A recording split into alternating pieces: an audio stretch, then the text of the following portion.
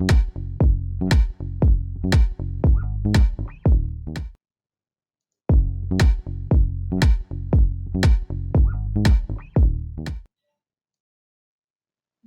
children. Today we are continuing with the second lesson, that is Swarna Kakaha. In the previous session we saw that the girl has reached the crow's place and the crow is giving her food. Now let us see what's happening next.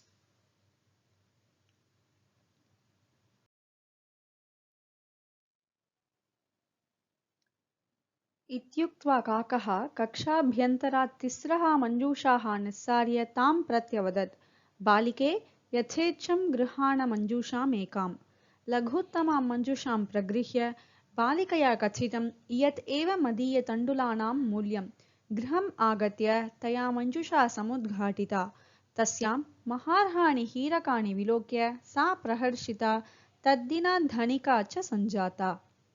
I repeat the para.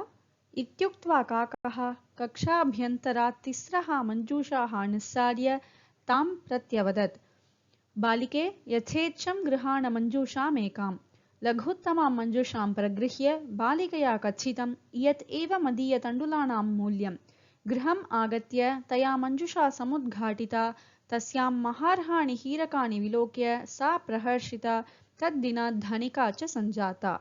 Now we shall see the meaning of each sentence. इत्युक्त्वा काकः कक्षाभ्यन्तरात् तिस्रः मञ्जूषाः निस्सार्य तां प्रत्यवदत् बालिके यथेच्छं गृहाण मञ्जूषाम् एकाम्.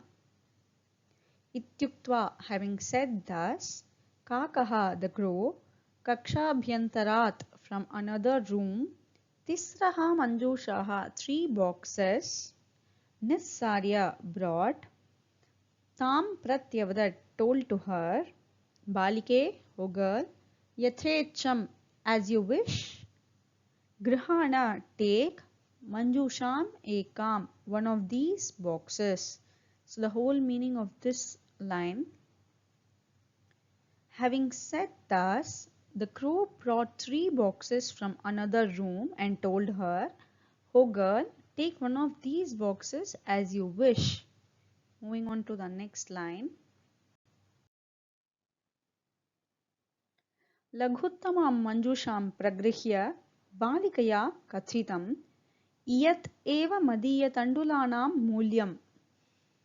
लघुत्तमां, the smallest, manjusham, box, pragrihya, having taken, balikaya, by the girl, kathitam, was told, iyat eva, this only, madiyatandulanam, my rice grains, mulyam, price.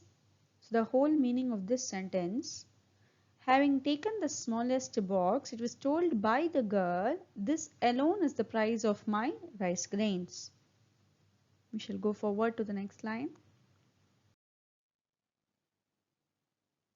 गृहम् आगत्य तया मञ्जूषा समुद्घाटिता तस्यां महार्हाणि हीरकाणि विलोक्य सा प्रहर्षिता तद्धनिका धनिका च सञ्जाता. Griham agatya, having come home, taya, by her, manjusha, the box, samudghatita, was opened, tasyam, in it, maharhani, costly, hirakani, diamonds, vilokya, having seen, sa, she, that little girl, praharshita, was very pleased, tadhinadhanika, cha, since that day, rich, Sanjata, she became. We shall see the whole meaning of this sentence.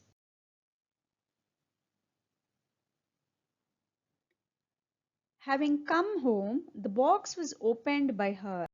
Having seen costly diamonds in it, she was very pleased and she became very rich since that day. With this, the paragraph starting from Ityuktva Kakaha to Cha Sanjata is over. Now we shall sum up this paragraph's meaning. Having said thus, the crow brought 3 boxes from another room and told her, O girl, take one of these boxes as you wish. Having taken the smallest box, it was told by the girl, "This alone is the price of my rice grains." Having come home, the box was opened by her. Having seen costly diamonds in it, she was very pleased and she became very rich since that day. Going forward to the next para.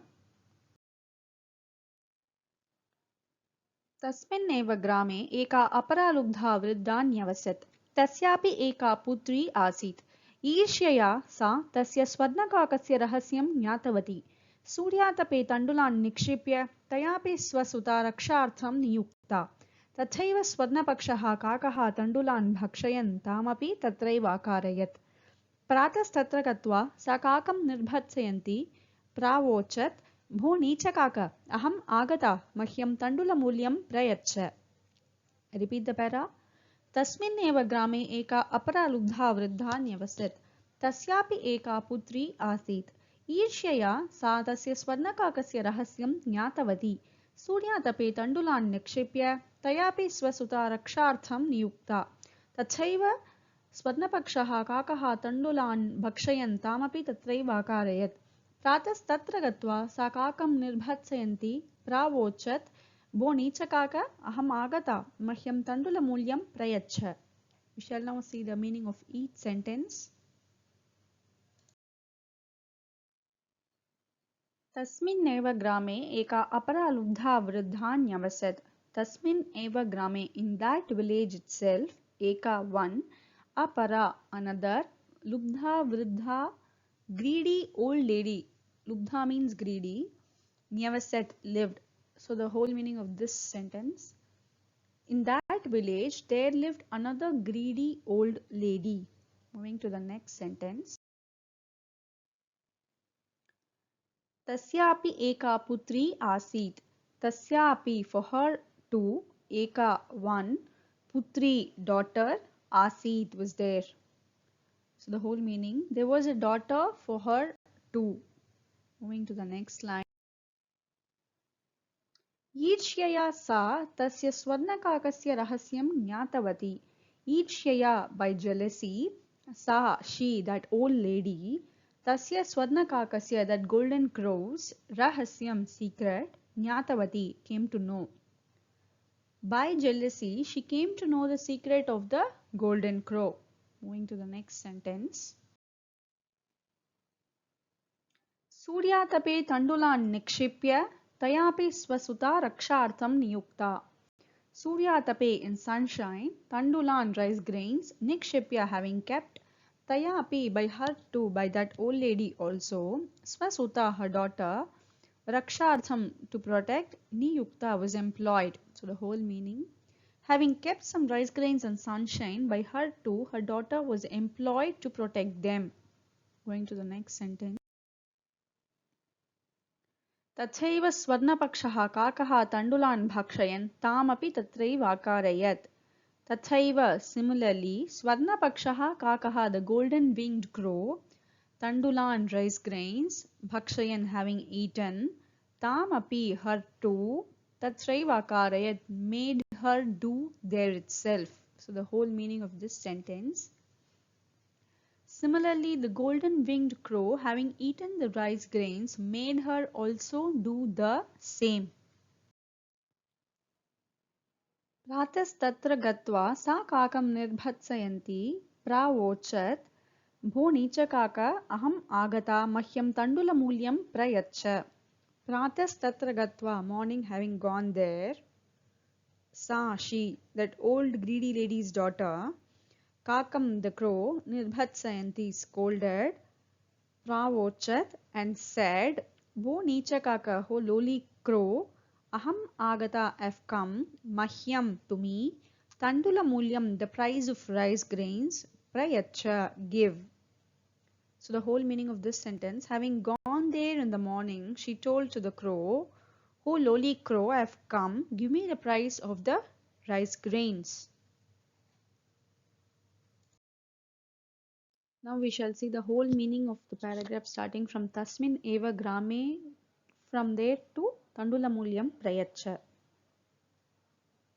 In that village there lived another greedy old lady. There was a daughter for her too.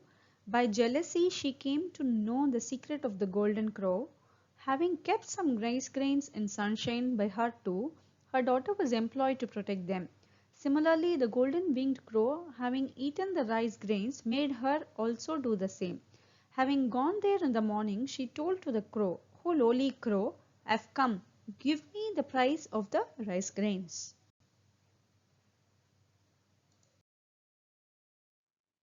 With this, we have come to the end of this session. In the next session, we shall see the last two paragraphs of this chapter. Thank you.